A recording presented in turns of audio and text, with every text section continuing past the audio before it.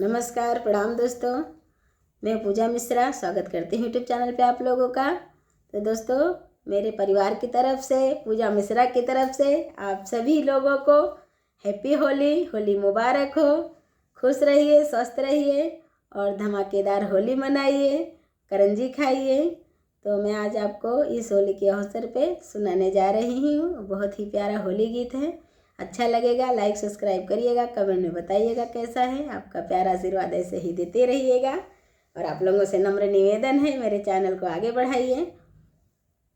सरसैया का फूल पियर गोरी, सरसैया का फूल पियर गोरी, सरसैया का फूल पियर गोरी, सरसैया का फूल पियर गोरी।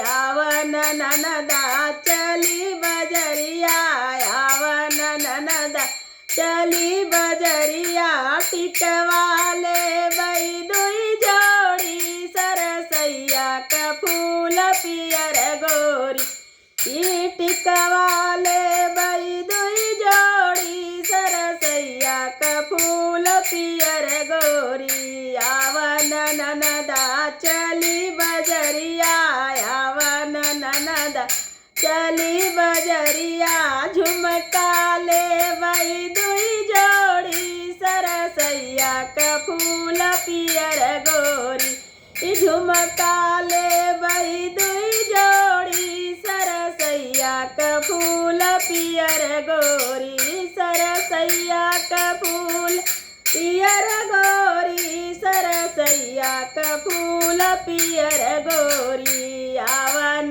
ननदा चली बजरिया, आवन ननदा चली बजरिया, हरवाले बई दुई जोड़ी, सरसैया का फूल पियर गोरी, सरसैया का फूल पियर गोरी, सरसैया का फूल पियर गोरी।